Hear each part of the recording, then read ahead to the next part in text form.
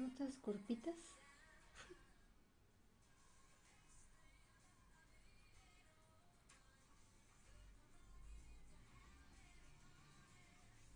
Ah, ah, ah.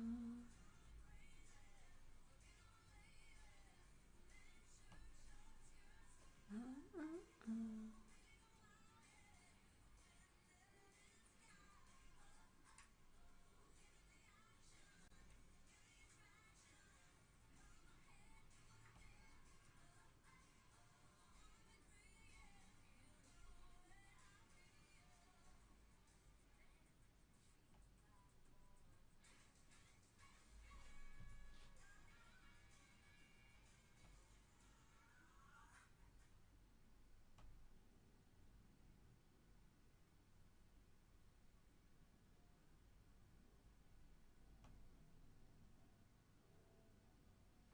Bien, buenas noches. Buenas noches. A ver, creo que no nos escuchan.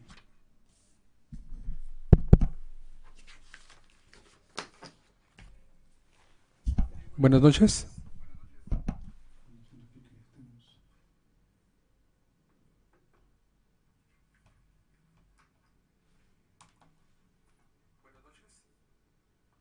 Sí, soy yo, ¿verdad? Sí.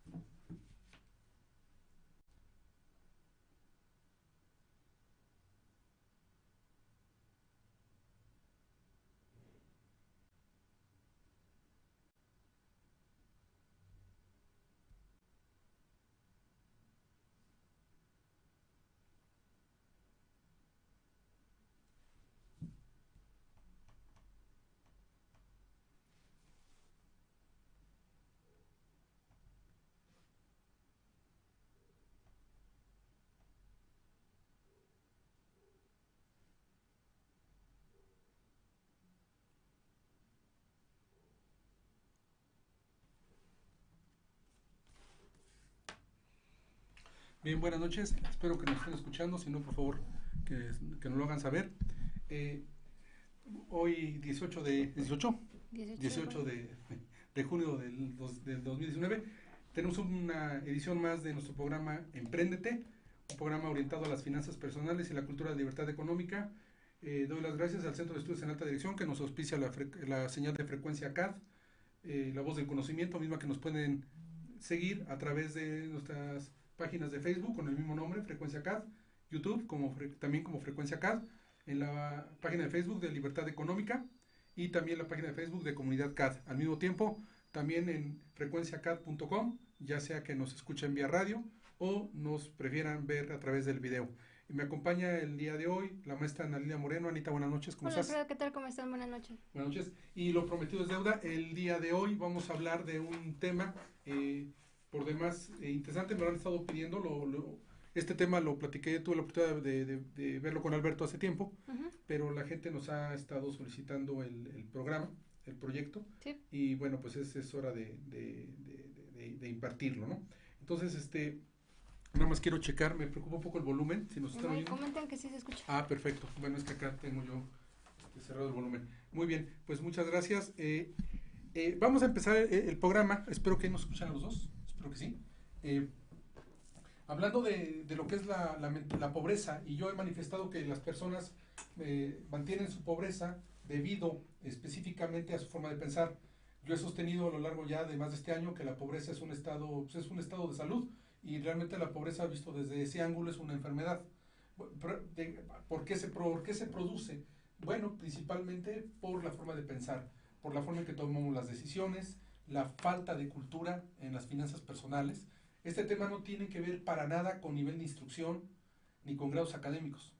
Este tema tiene que ver mucho con la adaptación a la escuela de la vida, y sobre todo con un gran manejo de la inteligencia emocional, un gran manejo del autoconocimiento que cada uno de nosotros tiene, de la autoestima, ¿verdad? De la seguridad en cada uno de nosotros, y no del ego ni de la vanidad. Esos son los elementos que realmente abordan este tema, y que es lo que nos hace perder o ganar el juego de la vida, llamada dinero. Este programa está para las personas que de alguna forma, si no tienen dinero se ponen de malas, y si tienen dinero se ponen de buenas. Para las personas que de alguna forma, cuando llega la quincena, ya tienen su endeudada la misma debido a una serie de gastos y vía crédito que ocuparon, ya sea de consumo o de otro tipo, o de otra índole, pero que al final del día el dinero ya lo tienen comprometido. Si ustedes son de las personas que dicen al final del mes, ¿y dónde se quedó el dinero? Pues es prácticamente por lo mismo. Entonces, este tipo de temas se maneja a través de una serie de conceptos que debemos de tener muy claros, de creencias y de la forma en que yo me relaciono con el dinero. El dinero no se queda con la gente que no lo sabe tratar. El dinero no es que venga y vaya, el dinero que se fue, ya no regresa. Y la gente que trata mal el dinero, pues finalmente el dinero se va. El dinero es inteligente, es energía. Y si yo no creo esto, bueno, pues si yo vivo mi vida orientado al uso del dinero, a tener o no tener, entonces el dinero ya se volvió más inteligente. El dinero maneja nuestros patrones de conducta, maneja nuestra felicidad, y entonces el dinero nos domina, ¿no? Y el dinero se vuelve un apego, ¿no? Entonces el dinero ya nos posee, ¿no? Y entonces la gente se obsesiona por tener dinero, y como no puedes tener dinero específicamente en tus bolsillos y no tienes un ingreso suficiente para adquirirlo, pues entonces esto lo sustituyes con una situación de gasto y de consumo. Entonces la gente busca consumir y gastar para ejercer el poder de compra, ¿no? Un poder emocional que lo lleve a sentir satisfacción y a sentir que está incluido en un estrato social en donde él también puede jactarse de tener o de poseer recursos y bienes. ¿Tú cómo ves esto? Pues sí está complicado el tema Sobre todo a nivel personal. Personal, ¿no? Entonces, el día de hoy, pues tenemos que entender que la pobreza es una enfermedad. Debemos de entender que una persona pobre es aquella que carece que carece de recursos, que carece de oportunidades o de desarrollo. Y entonces aquí, si analizamos un poco las cosas, la clase media en México, que es aquella que prácticamente obtiene 3 salarios mínimos al mes, promedio, juntos, ¿no? Hablamos de 7,000, 8,000 pesos máximo. Bueno, esa persona ya es clase mediera y ya puede sostener una familia. Hablamos de la canasta de productos básicos, que es muy limitada, a 13, 14 productos, y que con ello a la gente le hacen pensar que pues prácticamente ya vive bien. Ya vive bien. Y entonces, cuando nosotros hemos tenido carencia de poder acceder a algo que queremos que esté a nuestro alcance o que estaba a nuestro alcance, que tenemos que elegir entre 2 o 3 opciones a partir del bolsillo, ya tenemos carencia. Si he de escoger un producto, una computadora, un servicio, algún entretenimiento, una salida de vacaciones, aunque sea dentro del país, y siempre voy a optar por la más económica porque no me alcanza, pues prácticamente ahí, aunque tenga satisfactor mínimo, pues sí tengo carencia porque prácticamente no es la opción que yo buscaba. Las personas que buscan entrar a la universidad y les dan la segunda y tercera opción, que es hasta el otro lado donde viven, pues prácticamente muchas desertan de ir. Sí, por la distancia. Por la distancia. Eso es carencia de oportunidad. No, lo ideal es que las personas entren por movilidad y por zona geográfica al lugar que les corresponda. Sí, donde les quede más cerca de su... Sería lo ideal. ¿No? ¿Por qué? Pues porque es una forma más integral de tenerlos más seguros. No se presenta la entalpía, que es pérdida de energía, y bueno, las personas podrán y también tener para que puedan rendir, ¿no? Exacto, que puedan rendir, que puedan aprovechar mejor los estudios. Esto no se da por la gran sobredemanda que existe y la escasa oferta educativa, que aunque es mucha, es insuficiente, y pues hablo del sector público también, y pues bueno, prácticamente esto hace que la oportunidad que tú quieres pues no te la den en tu primera oportunidad, en tu primera instancia. Eso también ya es un rasgo de pobreza. Y en los últimos 12 años, ¿verdad? Hablamos de un periodo de 36 años a la fecha, pero en realidad el poder adquisitivo se ha caído y las personas han tenido que ir sacrificando calidad de vida, como tú lo citas, y bueno, eso es producto del empobrecimiento. Sí. Entonces, ¿qué tenemos que hacer? Bueno, pues tenemos que hacer bastantes cosas, pero lo primero que tenemos que hacer es ocuparnos del tema y entender que es un tema serio porque es un proyecto de vida. Tal vez algunos de ustedes me escuchen, me vean, o nos escuchan o nos vean y nos digan, pero pues yo ya estoy grande, ya tengo hijos, ¿yo para qué quiero ahorita? Ya lo hice, ¿no? Bueno, pues precisamente por ellos, para poder tener una vejez más digna para uno, por supuesto, y también para aquellos herederos o seguidores que dejamos aquí en vida y que ellos no caigan en ese mismo problema, ¿no? Es un acto de responsabilidad, incluso para lograr ayudar a los demás, no nada más para el beneficio propio o familiar, inclusive para ayudar a los demás. Entonces, y se podría dejar también como herencia, ¿no? Claro, es una cultura, es un hábito, una forma de vida. Entonces, ese es el gran problema, ¿no?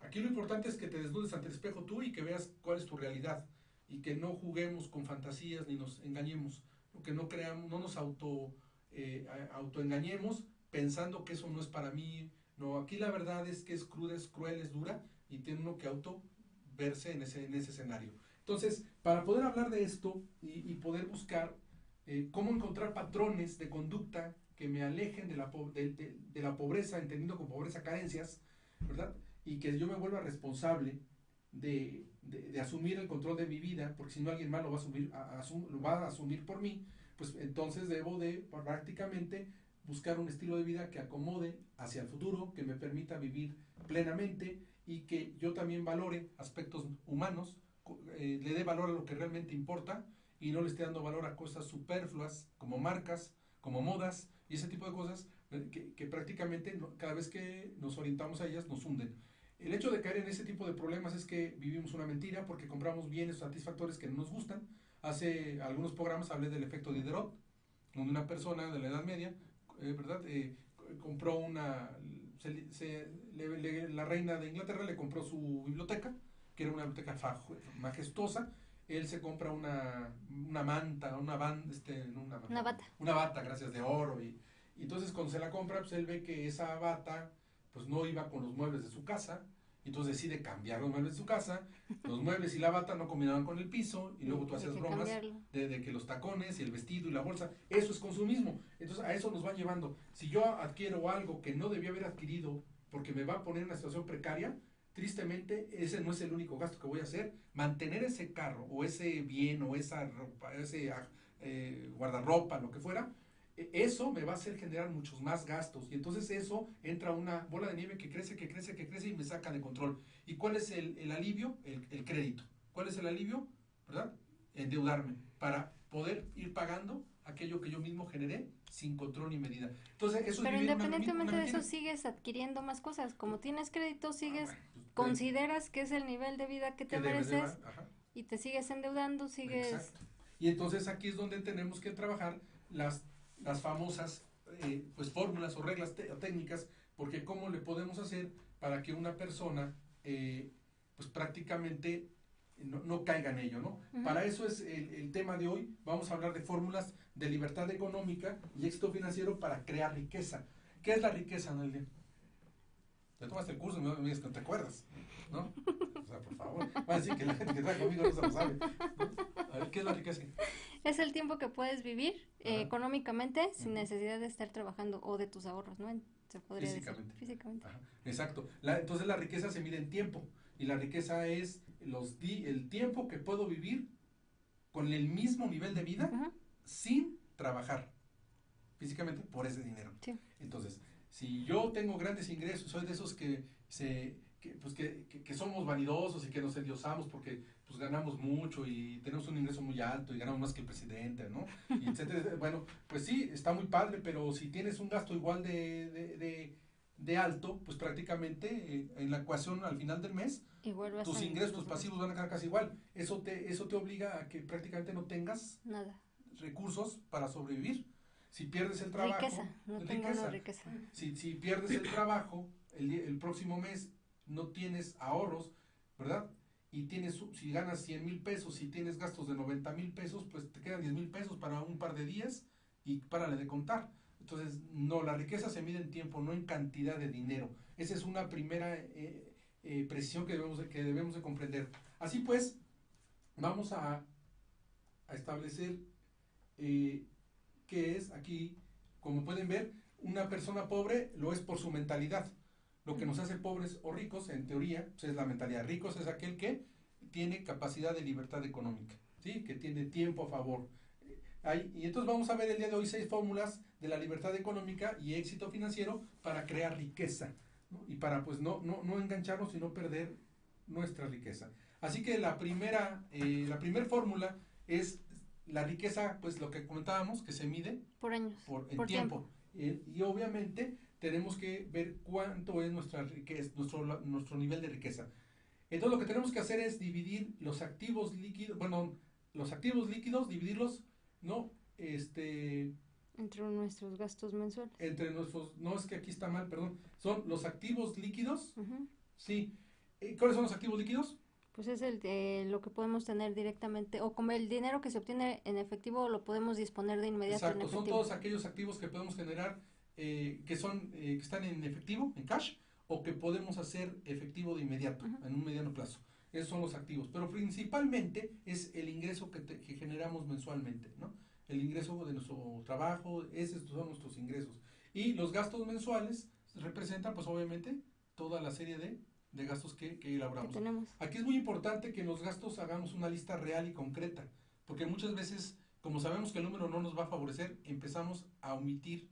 Increíblemente gastos. Queremos engañar a nuestra mente y empezamos a no colocar o no apuntar ahí gastos mensuales que sabemos que están, pero no los queremos reflejar. No los reconocemos. Por eso hablaba yo de que esto es desnudarse en el espejo y verse como es. No se puede uno autoengañar. Es parte de esa madurez emocional de la que hablaba hace rato. Y entonces, aquí los activos líquidos, ¿verdad? Entre los menos los gastos mensuales, ¿verdad?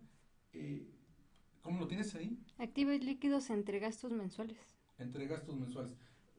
Por 12, no. Entre 12. Entre 12, no, está aquí. Disculpen, nuestra fórmula está error de dedo. No, sí está bien, perdón, sí está bien. Son los activos líquidos entre los gastos, perdón, es que estoy pensando en estas fórmulas también. Son activos líquidos entre los gastos mensuales.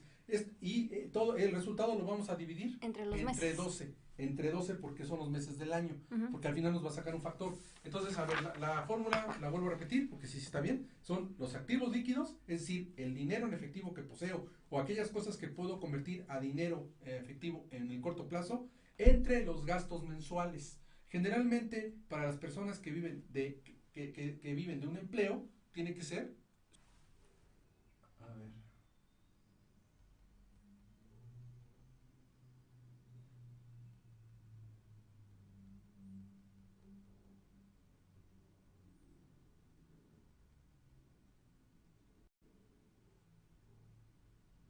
Ya está. A ver.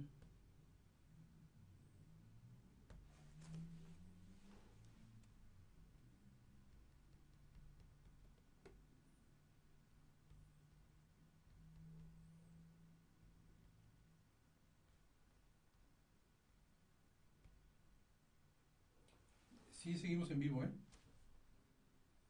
Entonces fue mi computadora. Tal vez puede ser tu computadora. ¿Estamos en vivo? Bueno, continuamos. Aquí tenemos un ejemplo aquí está un ejemplo de la fórmula. Si yo, por ejemplo, gano 20,000 pesos y tengo como gastos mensuales 10,000, entonces lo que hago es dividir 20,000 entre 10,000 y el resultado lo divido entre 12. Entonces son 20,000 entre 10,000, ¿me da? 2. Y ese 2 lo divido entre 12. Entonces me da como resultado punto 17. Ese punto 17 quiere decir que son casi 2 meses. Si yo tengo este ingreso y estos gastos mensuales, ¿verdad? Y si al día de hoy pierdo el trabajo y no tengo ningún ahorro, prácticamente voy a tener para vivir únicamente 2 meses. Entonces, como pueden ver, ese tipo de ejercicio nos refleja nuestra realidad. Entonces aquí no podemos tener bluff ni estar autoengañándonos. Nuestros ingresos reales, ¿verdad? En efectivo, entre nuestros gastos mensuales y el factor que de ahí surja lo vamos a dividir entre 12. Ahí lo tienen otra vez. 20,000 entre 10,000 da 2, entre 12.17. Pero miren el ejemplo segundo. Si una persona tiene ingresos ¿qué pasa cuando una persona tiene ingresos por 150,000 y tiene gastos de 30,000 pesos mensuales? Tú lo divides 150,000 entre 30,000, te da 5. Okay. Eso entre los 12 meses, el factor da 0.42, lo que significa que son 4 meses y días. Ok. En el ejemplo 2, la persona tiene una holgura de 4 meses para vivir con la misma calidad de vida si hoy perdiera el trabajo. Pero la clave está, ¿verdad? Obviamente en que tiene un ingreso más alto, eso sí es importante, pero lo más importante es que la proporción de ingreso contra gasto es menor. Son menos gastos. Sí, exacto. Mientras en la otra persona pues era muy alto, era casi el 50%, en este caso representa una tercera parte. Sí. Entonces, aquí es muy importante ser frugal. Frugal significa que debemos de tener una vida no basada en lujos, debemos ser sencillos. No quiere decir que vivamos en carencias, quiere decir que al ser frugal eres sencillo, vives sin lujos, pero sin austeridad. Vives con lo que tú crees necesario para vivir sin tener que desembolsar más cantidad de dinero para encontrar el satisfactor que quieres. ¿Sí? Entonces, esto es ser frugal, no tener gastos excesivos ni exagerados y gastar exactamente lo que uno requiere para un estilo de vida bien, tranquilo. Tranquilo, sí, como entendiendo tranquilo que es ad hoc a tu estilo de vida, a tus ideales, sin estar luchando en comparaciones sociales, o que te estén etiquetando de una cosa u otra, ¿no? Sí. O de que la gente te diga el qué dirán. Eso es lo que más te mata. Entonces, eso implica ser frugal, ¿no? Ser ahorrativo, ¿no? Pero sin llegar a sacrificar utilidad. En ese caso, pues ahí tenemos que esta persona genera 4 meses y días de libertad económica. Es 4 meses rico, por llamarlo así. Y en el tercer caso tenemos ¿qué? Un activo o un ingreso de 60,000 pesos. Sí. Gastos mensuales de 9,000 pesos. Sí. Nos da un factor, nos da un factor de 6.67 dividido en los gastos. En los gastos. En los gastos. Sí, efectivamente está en los gastos. Entonces, déjenme checar aquí porque si nos pueden decir seguimos al aire, porque hay una transmisión inactiva. En Facebook también me quitó el video, pero no sé si aparentemente está transmitiendo bien.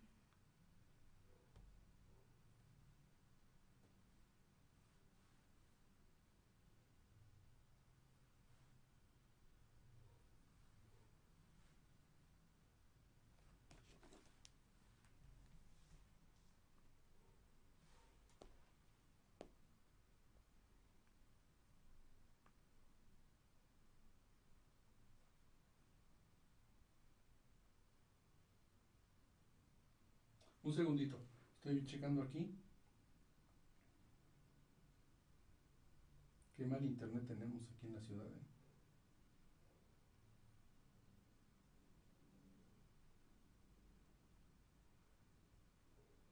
¿Internet o compañía?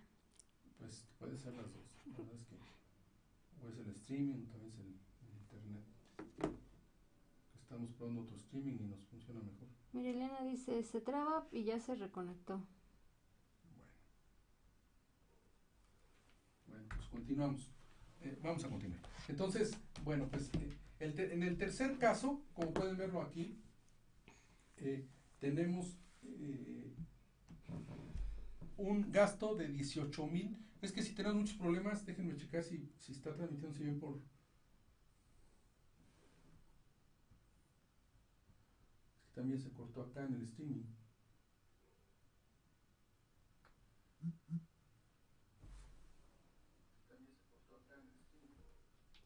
Que ya regresó la señal. Gracias, Concepción Caballero. Gracias, que ya regresó la señal. Voy a tener que arreglar esto del internet porque ya es muy seguido el tema con estos cortes. Bueno, en el cuarto ejemplo tenemos que una persona ingresa 18,000 pesos y tiene gastos de 16,000. Sí. Casi gasta lo que gana. Bueno, si se hace el factor, le da 1.13, entre 12 le da 0.09. Esta persona nada más puede sobrevivir 9 días. De ahí la importancia de entender esta fórmula. Entonces son los ingresos, ¿verdad?, líquidos entre los gastos mensuales sobre 12.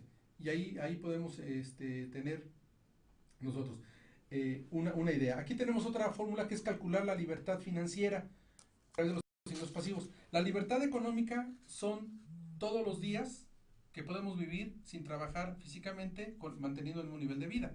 Sí. Ese es muy importante. Pero ese no lo alcanzamos si no encontramos libertad financiera. Y libertad financiera es el porcentaje de nuestros ingresos que vienen de nuestras actividades financieras o que proceden de una actividad que no es nuestro trabajo físico.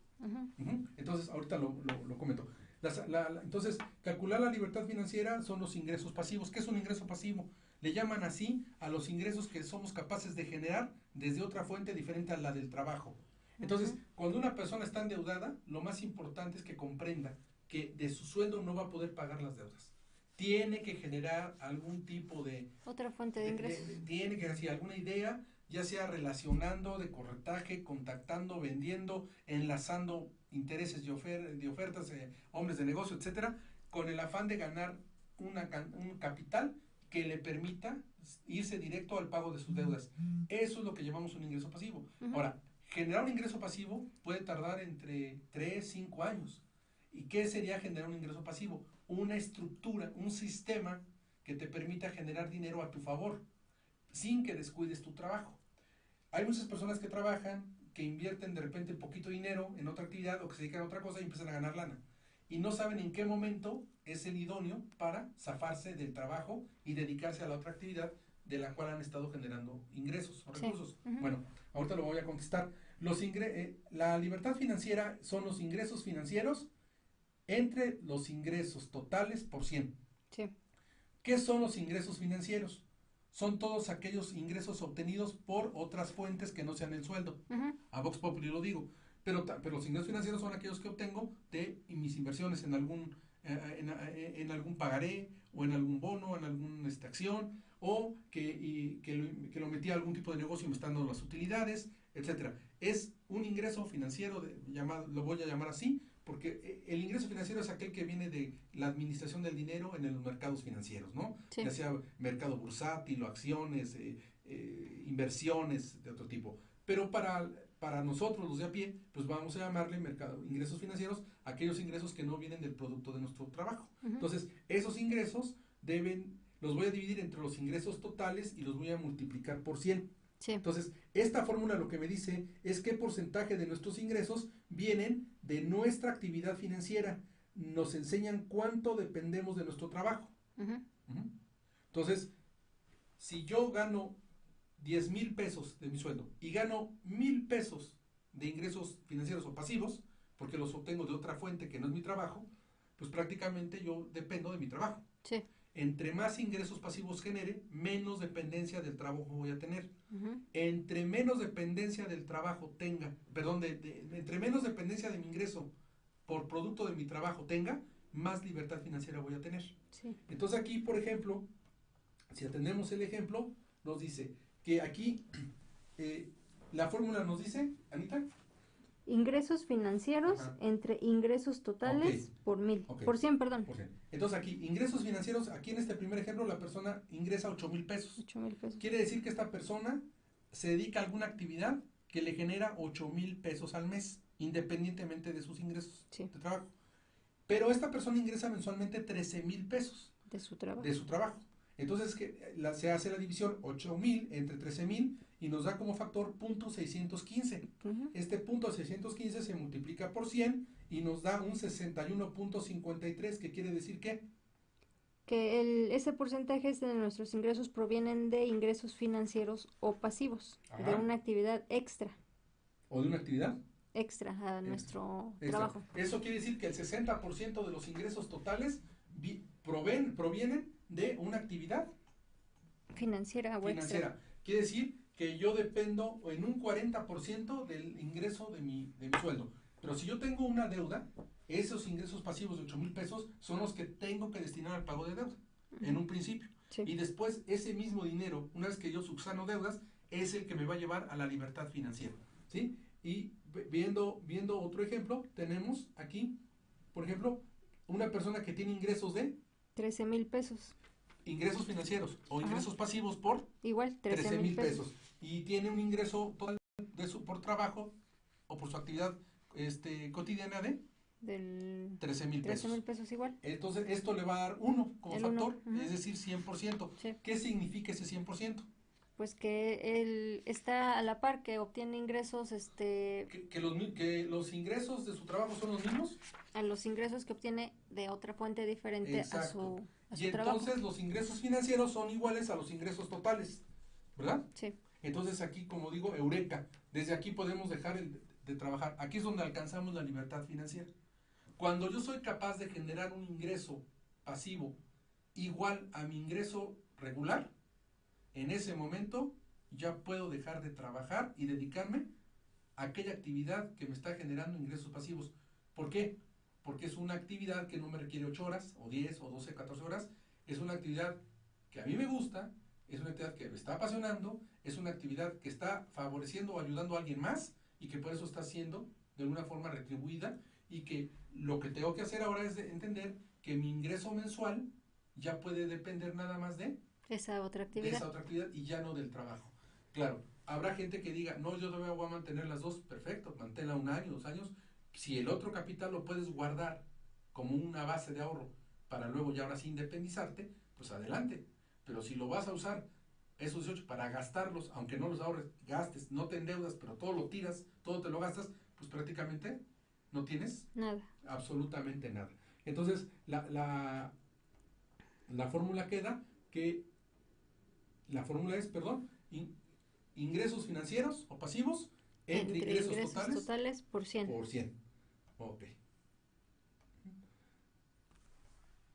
Tenemos una tercera fórmula, esta la conocemos un poco mejor a nivel de instrucción, ¿no? Que es el ROI, el rendimiento sobre la inversión, ¿no? Este retorno, esta fórmula que nos dice, bueno, nos habla del retorno sobre la inversión, es el porcentaje de ganancia que nos genera un activo.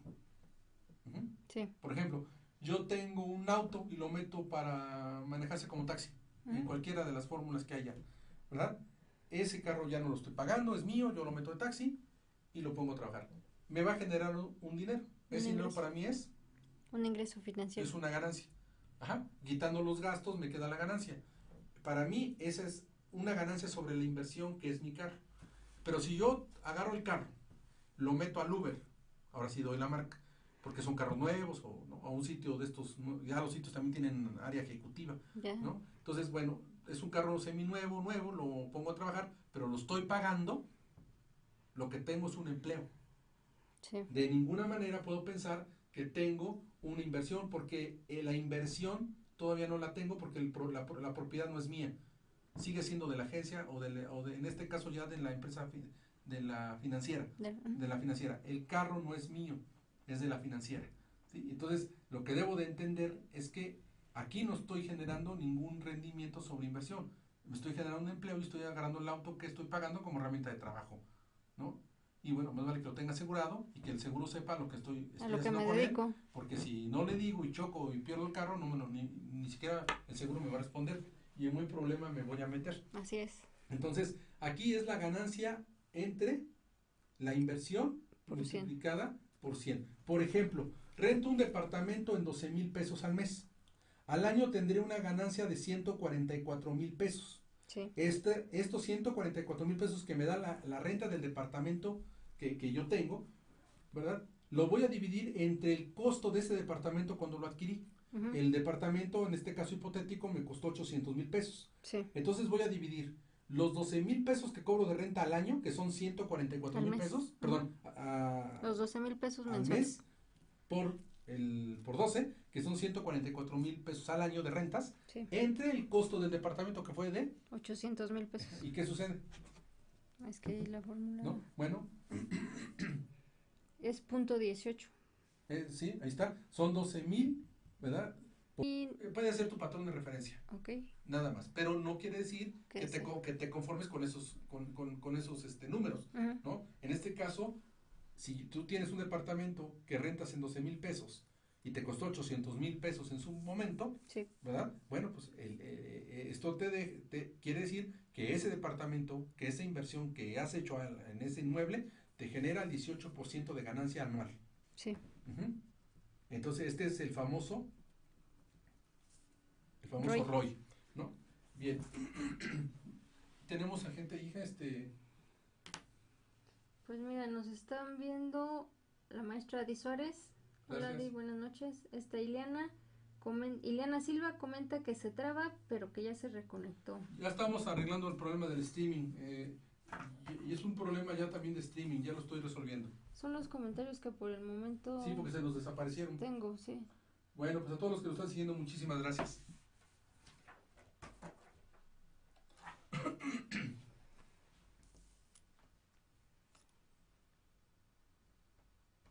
Bueno, y hay... Para comprarlo.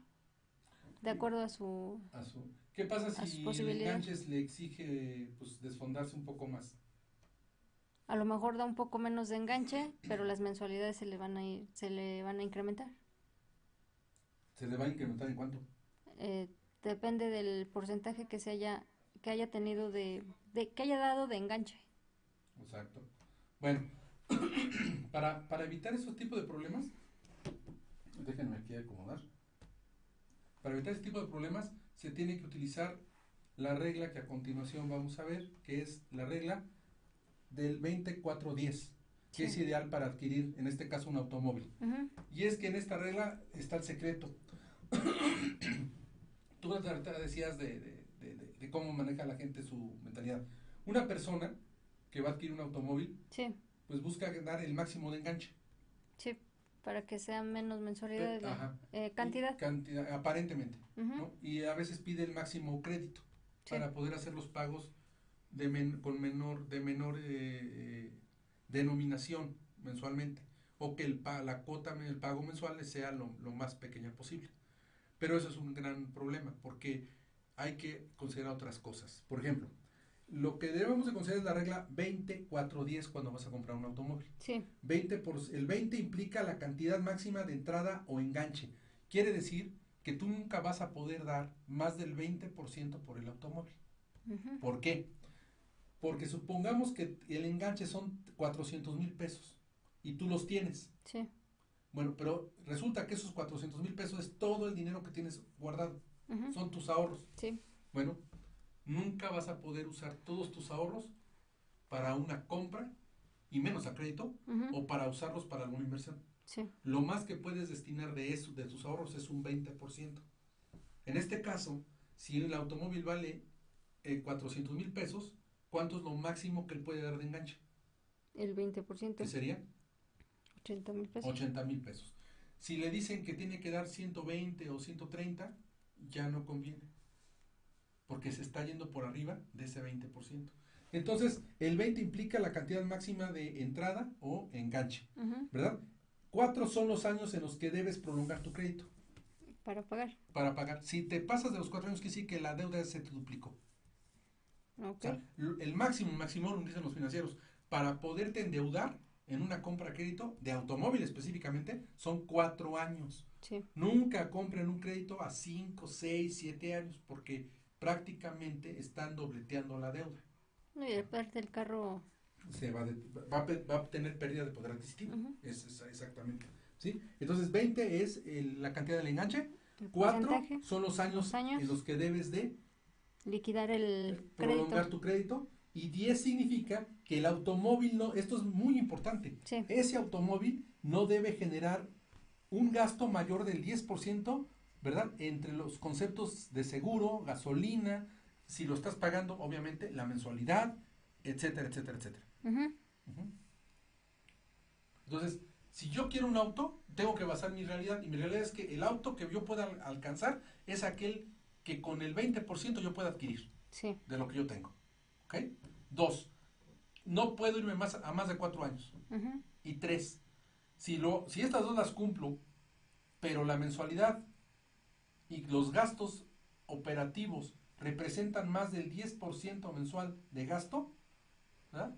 ¿Ese 10% te refieres al valor del carro? Me refiero al porcentaje del gasto que te hace, sí, con respecto al valor. O sea, el 10 significa que el automóvil no debe generarte un gasto mayor del 10% de lo que te costó. Sí. Entonces, si por ejemplo, el carro no te puede generar un 10% del valor del carro. Más allá del 10%. Sí, ahora, y peor aún, tampoco te puede generar un 10% de tu ingreso, de tus gastos mensuales.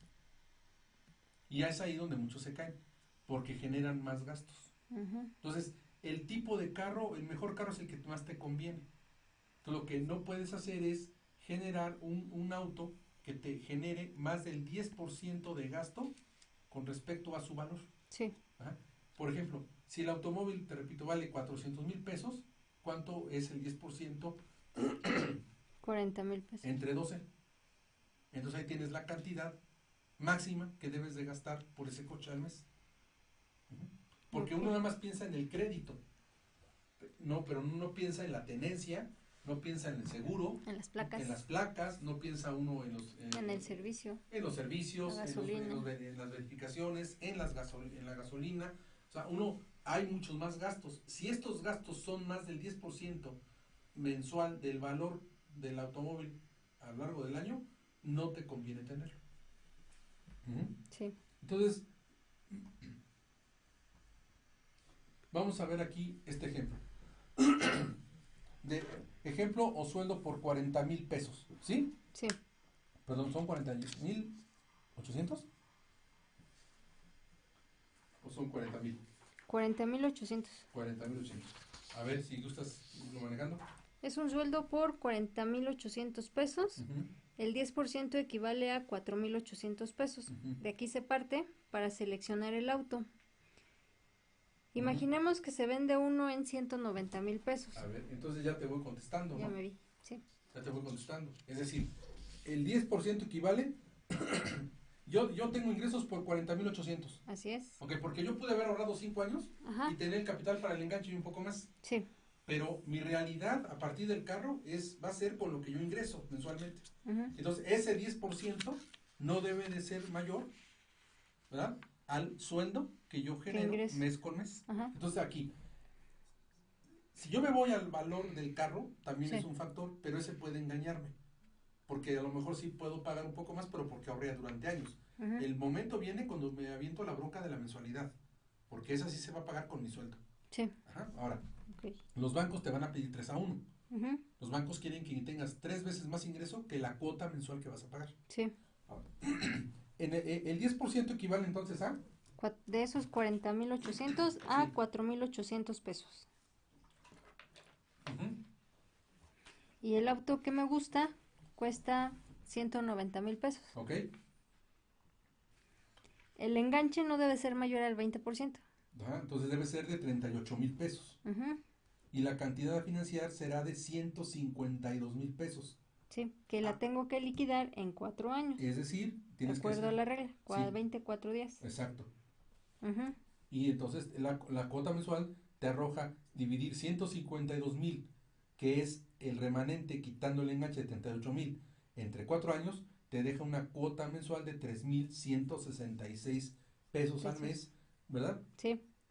Y aquí estamos hablando sin intereses. Claro. Sin intereses.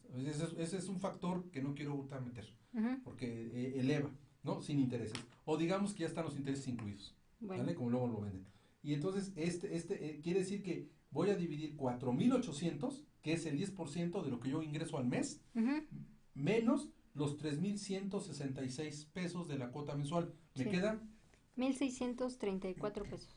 1,634 pesos. 34 pesos. ¿Eso es bueno o es malo? Pues es malo. ¿Dónde? Malo. ¿Por qué? No, perdón, estaba confundiéndome el caso, ingreso, perdón. Pues no es muy bueno, ¿no? Pero en este caso es positivo porque el 10% de tu ingreso sí va a soportar el pagar esa mensualidad. Pero ahora aquí vas a soportar el pago. Quiere decir que tienes 1,634 pesos adicionales para pagar ¿qué? Al mes. Gasolina, seguro. Esos 1,634 los multiplicas por 12 Y eso es lo que tienes durante todo el año para cubrir esos gastos. Exacto. Entonces tú dices, ¿cómo voy a ahorrar en gasolina? ¿Cómo ahorras en gasolina? ¿O lo voy a ocupar un día sí y un día no? Bueno, lo que pasa es que no te puedes salir de esos 1,634 pesos al mes. Tienes 1,634 pesos para que al mes, a lo largo del año, puedas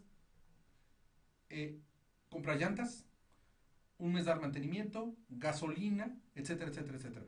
Y ya si le sumas esos gastos, difícilmente te va a dar la ecuación. Así es.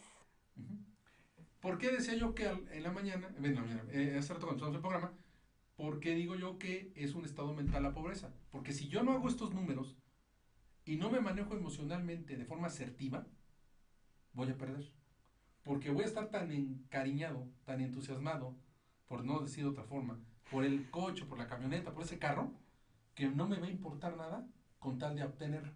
Voy a desfondar lo que haya con tal de agarrarlo. Porque aquí jugamos dos grandes, hay un gran juego en esto, ¿no? Por un lado el miedo y por otro lado la ansiedad. La ansiedad de tenerlo, ¿verdad? Y que se me vaya de las manos la gran oportunidad, de la gran oferta, el gran descuento. Y por otro lado el miedo a no poderlo pagar.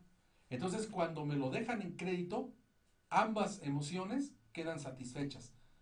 No tengo ansiedad porque ya veo que sí lo puedo adquirir y ya con el tiempo lo puedo pagar, pero ya lo tengo, ya lo disfruto, ¿sí? Pero por otro lado, me quitan también el miedo porque veo que con ese pago, claro que lo voy a poder pagar. Sí. Entonces para mí estará fantástico. ¿Qué tenemos que hacer entonces, estimado auditorio, iba a decir, ¿no? Bueno, seguidores, público en general. Internautas, como le quieran llamar. ¿Qué tenemos que hacer? Pues determinar que el 10% de lo que yo ingreso al mes sea vasto y suficiente para pagar la cuota mensual del automóvil, más el excedente que me sobre sea tan rentable que me permita generar los gastos de operación del automóvil durante el mes. Después vienen las afinaciones. ¿Cuánto vale un servicio en el automóvil? Bueno, dependiendo del kilometraje. Entonces, por lo que yo veo aquí, pues a mí no me alcanza ni para este carro, que es uno de los baratos, ¿no? De 190,000 pesos. Pues son de los chiquitos, de 4 cilindros compactos, ¿no? Sí. Pues entonces lo que sigue es una motoneta. Pues sí, porque entonces alguna motoneta sí la voy a poder comprar y la mantenimiento ahí sí me voy a sobrar. Es que si no me alcanza el ingreso, no compro ese carro. Y ese es el reto. ¿No te alcanza? Es que salgo desfasado por 500 pesos. Pues ve la forma de conseguirte los 500 pesos mensuales y luego regresas por el carro. Nada de que compro el carro y ahí luego veo cómo pago los 500, porque es lo que pensamos. Y ahí es donde vienen los problemas. Sí, porque se van a acumular. Pero sí, y aparte, en 4 años la vida cambia mucho. Vienen muchos problemas que ni siquiera tenemos pensado se van a presentar.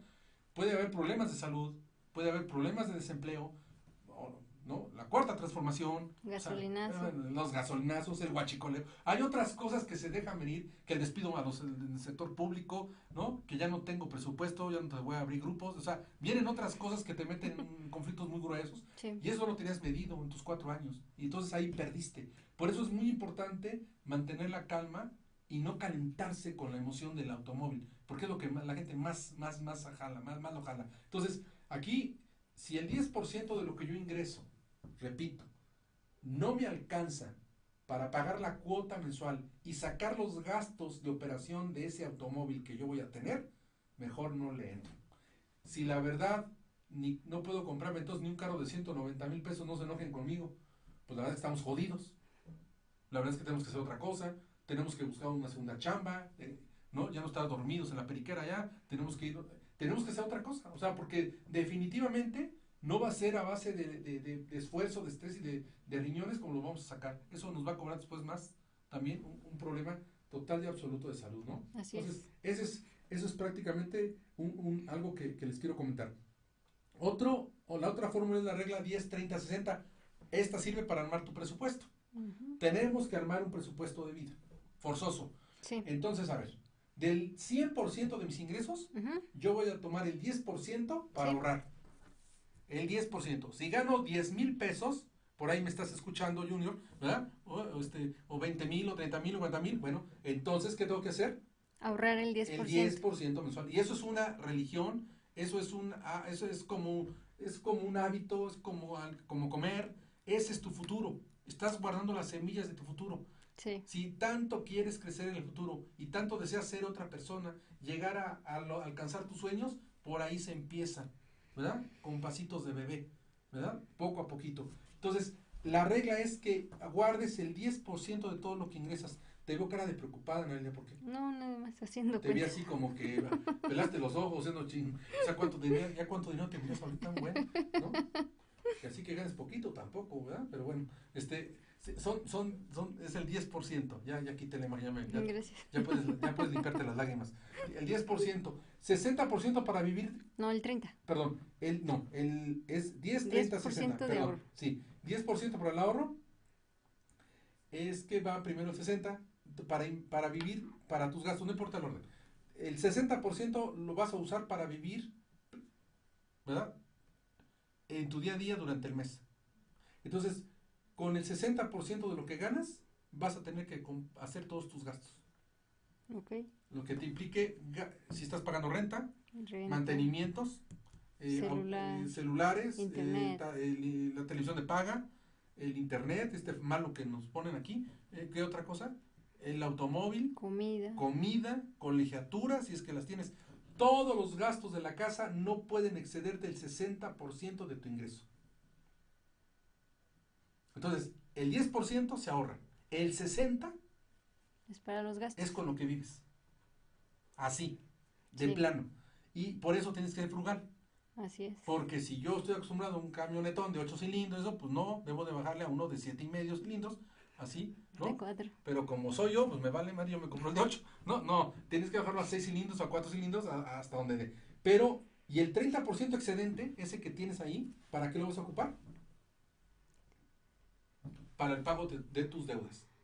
Entonces, a ver, del 100% de ingreso, por eso es muy importante no tener una expectativa de vida cara. La gente confunde riqueza con una apariencia de vida cara. No olvídense de la apariencia de la vida cara. Es la peor tontería que podemos estar pensando. ¿Pero qué van a pensar de mí mis amigos? Pues no, eso que no te importe. Preocúpate por lo que piensen de mí, ¿no? Que creo que ahí, cuando llegamos allá, nosotros, creo que soy el que trae el por carro. Ay, ¿qué te preocupa? Pues sí me preocupo porque es mi imagen, ¿no? Luego ustedes dicen, mira, el director está jodido, trae un carro bien viejo, ¿no? Pues le puedes contestar. Y ellos traen carros nuevos, pero no me pagan. Exacto. Pues no le pagan a la pinche agencia, a mí, acá nosotros al carro. Se voltean, pasan junto a ti. Está bien que seamos así, chavos, pero tampoco, ¿verdad? Una cosa Juan Domínguez, ¿no? Y otra. No, pues otra. Saludos no. a todos. Ahí se ven. Bueno, aquí el tema es que el 10% lo ahorras, con el 60% vives, por eso es bien importante que no tengas gastos superfluos, que no te hagas de gastos innecesarios, que tengas un perfil bajo mientras no puedas despegar. Y después, ¿sabes qué sucede? Que aún cuando ya despegas, sigues con el perfil igual. Sí. O sea, no te importa, ya los lujos, adiós, o sea, eso hay que sacarlo de la cabeza, porque si no, nos volvemos esclavos del consumismo y no salimos. Y por otro lado, el 30% lo voy a destinar para el pago de deudas. Ok, no puedo el 30, va a ser el 20. Bueno, el 20, pero propónganse como objetivo entonces que en 5, en 6 meses, en un año, ya sea el 30 el que puedan destinar al pago. ¿Verdad? Porque eso es lo que nos mata, el endeudamiento. El crédito es como un ahorro a la inversa. Nos mata, nos asesina. Y aparte nos afecta emocionalmente. Sí. No nos deja tranquilos. Y al rato dicen, necesito otro trabajo, porque aquí no tengo los ingresos que requiero porque tengo muchas deudas. Y sorpresa, y si no ya después lo platicamos en algún programa orientado a la administración y al mundo empresarial, entre más rota el personal, entre una persona más rota el trabajo, menos gana hoy en día. O sea que si tienes un trabajo con un buen sueldo, cuídalo o cuídenlo en lo que logran liberarse económicamente. Pero si creen que al cambiar de trabajo van a aumentar el ingreso, créanme que de 100, 90 no lo hacen, 93 no lo hacen. Está bien complicado el tema.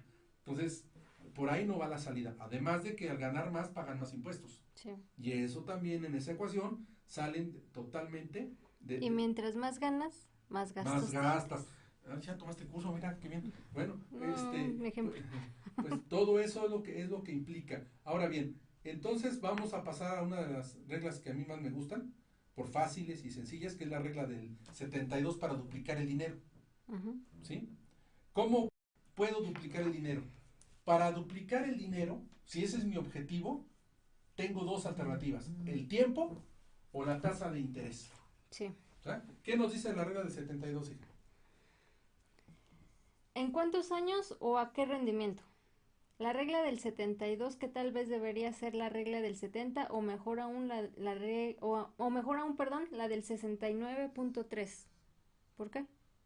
Porque es una ecuación y aquí mucha gente dice que los resultados de lo que vamos a ver ahorita se pueden dar a través del número 70 o a través del 69.3. Es una serie de sucesión cuadrática, eso ya después te lo explico. Pero vamos a ver la regla del 72 como tal, ¿sí? Y en esta regla te dice, ¿verdad? Una de dos. Son dos opciones. Una, ¿cuánto tiempo tardo en duplicar mi dinero? O ¿cuánto debería de ganar en tanto tiempo para duplicar mi dinero? Y eso es algo que tenemos que saber medir. Entonces aquí vamos a ver el siguiente ejemplo. Bueno, si yo tengo 50,000 pesos, ¿verdad? Y me genera una utilidad o una rentabilidad del 6% anual, lo que hago es dividir 72, que es el factor de la regla, ¿sí?, entre 6. ¿Por qué el 6? Porque es la tasa de interés anual que me pagan. Okay. Aquí el monto no me importa. Voy a tomar el tiempo y la tasa de interés. Entonces 72, que es el factor, entre 6, que es la tasa de interés que gano sobre el monto que tengo invertido. Entonces la división me sale 72 entre 6, me sale 12. En 12. Ese es el tiempo en el que voy a tardar en doblar el capital. Ok. ¿12 qué? Meses. Si la tasa es anual. Años. Son años. Si el 6%, si la tasa fuera mensual, entonces sí son meses. Sí, pero en este caso la tasa es anual, entonces me voy a tardar 12 años. 12 años. Entonces si tú dices, yo necesito duplicar mi capital para lograr aquello que tanto deseo, pues espérame, si nada más tienes 50,000 pesos y logras generarte una utilidad de 6,000 pesos al año, una rentabilidad por usar ese dinero o invertirlo en alguna cuenta bancaria, pues en 12 años vas a duplicarlo. Pero no quiere decir que valga lo mismo ni que tenga el mismo poder adquisitivo. Tengo ahorros de 150,000 pesos y decides que en 10 años debes de tener 1,200,000. Ahorita tengo 150, pero yo en 10 años voy a tener 1,200,000. Entonces, ¿qué es lo que hago? Utilizo la regla del 72. Sí. Es 72 entre los 10 años. Sí. Y me va a dar como 7.2 años. 7.2 años. En 7.2 años voy a tener ese 1,200,000 pesos. Ese 1,200,000 pesos. Pero, siempre y cuando, ¿qué? Está mal, perdón, ahí no es años. Es que no son 7.2 años. Entonces. Es el 7.2, pero de interés. Quiere decir que el dinero, sí, es que aquí dice años, pero está mal. Tengo un ahorro de 150,000 pesos y decido que en 10 años debo tener 1,200,000. Entonces divido 72 entre 10 años, que es lo que yo quiero. Ajá, y me va a arrojar 7.2. Quiere decir que el dinero, para que yo lo duplique en 10 años, debo de ponerlo a trabajar al 7,2%. El porcentaje de inversión. No, es el porcentaje. Ok. Sí.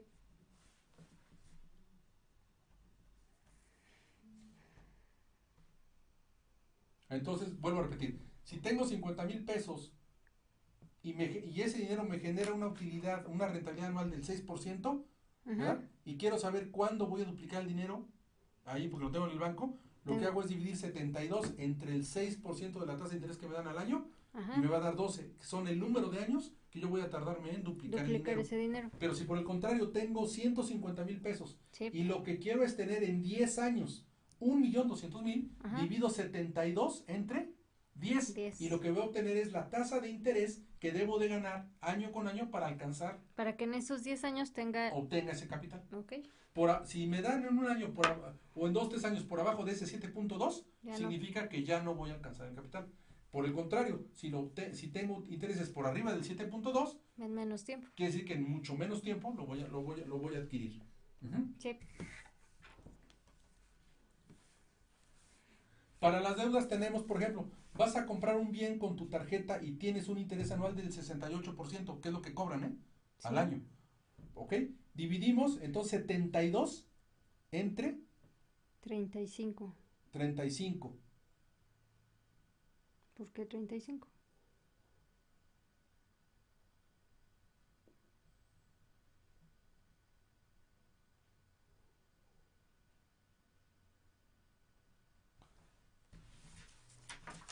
Déjame checar acá.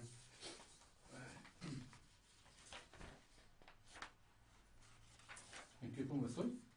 La 6. Regla 6.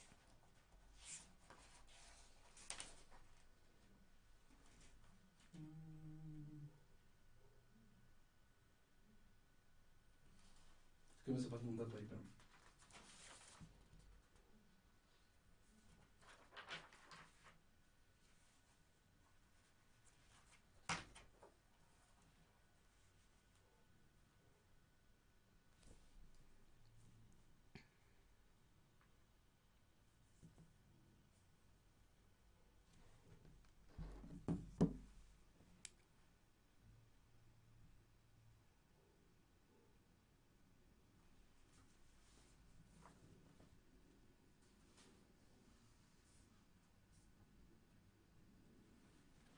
No, lo tienes que dividir entre 68. Es que aquí no sé por qué está 35.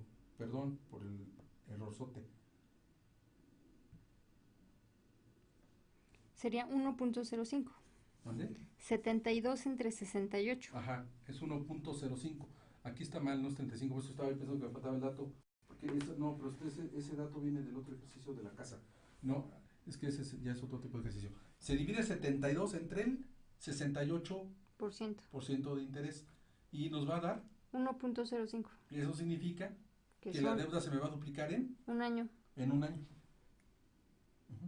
Entonces, por ejemplo, si ustedes van a comprar algo con la tarjeta de crédito, tienen que fijarse en la tasa de interés. ¿Sí? Entonces dicen, a ver, lo que pasa es que ahorita ya te lo esconden por los meses sin intereses, ¿no? Ya te dicen a 12 meses, 18 meses sin intereses, pero ya lo tienen. Lo que pasa es que en 18 meses ya duplicaron la deuda. Entonces, por ejemplo, si tú compras un bien inmueble o un bien, el que sea, bueno, pues ¿sabes qué? Vas a dividir entre 72, que es la regla, Sí. entre El el porcentaje porcentaje de de interés interés anual, y lo que vas a obtener es el tiempo en el que tu deuda se va a duplicar. Entonces, todo lo que esté por arriba de 1. uh, significa que tu deuda se va a Duplicar. en un año. Uh-huh. O sea, se tendría que buscar pagar esa deuda en menos de ese factor que nos salga. Pues sí, En lo este que caso pasa sería un es año. menos de un año. En este caso, por ejemplo, o extenderlo, ¿no? Porque la tasa de interés es anual. Entonces, el 68% es lo que te cobran al año. Para que lo veamos de otra manera. Si tú compras algo de 10,000 pesos, Sí. ¿cuánto interés te va a arrojar en un año? El 68%. ¿Cuánto sería? 6.800. 6,800. Al año ya tienes una deuda de 16,800. 6.800. Menos lo que estuviste pagando, ¿no? Que principalmente te quita primero interés y luego van sobre capital, Así ¿no? es. Ok. Ahora, imagínate que compras con la tarjeta y dura 2 años la deuda. Son otros 6,800. ¿Cuánto fue ya? 22 Son 6,800, son 12 y 8, 8, 16, son 13,600 pesos de intereses. ¿Cuánto te costó el bien? 10,000 pesos. Ya se duplicó.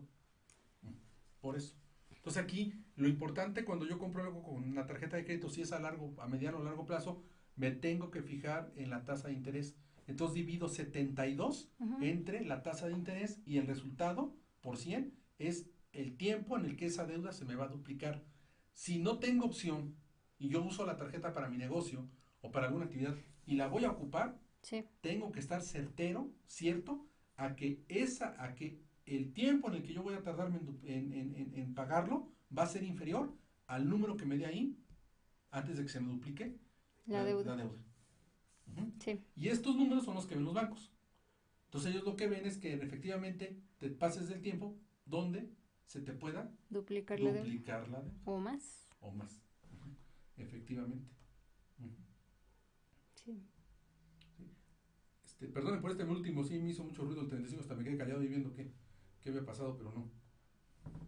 Todo está bien. Uh-huh. Bueno, pues terminamos el programa. Espero que les haya servido de algo, les haya gustado. No, y en breve voy a subir todos los documentos de todos los programas que hemos tenido con Alberto y contigo, hija, y vamos a subirlos para que los tengan a disposición y los puedan descargar y ver. Estar analizando. Sí, analizando. Sí quiero comentarles que los que conocen el curso saben perfectamente bien que este tipo de temas, todo lo que hablo en la radio no es necesariamente el curso va mucho más allá. Entonces, Más a fondo.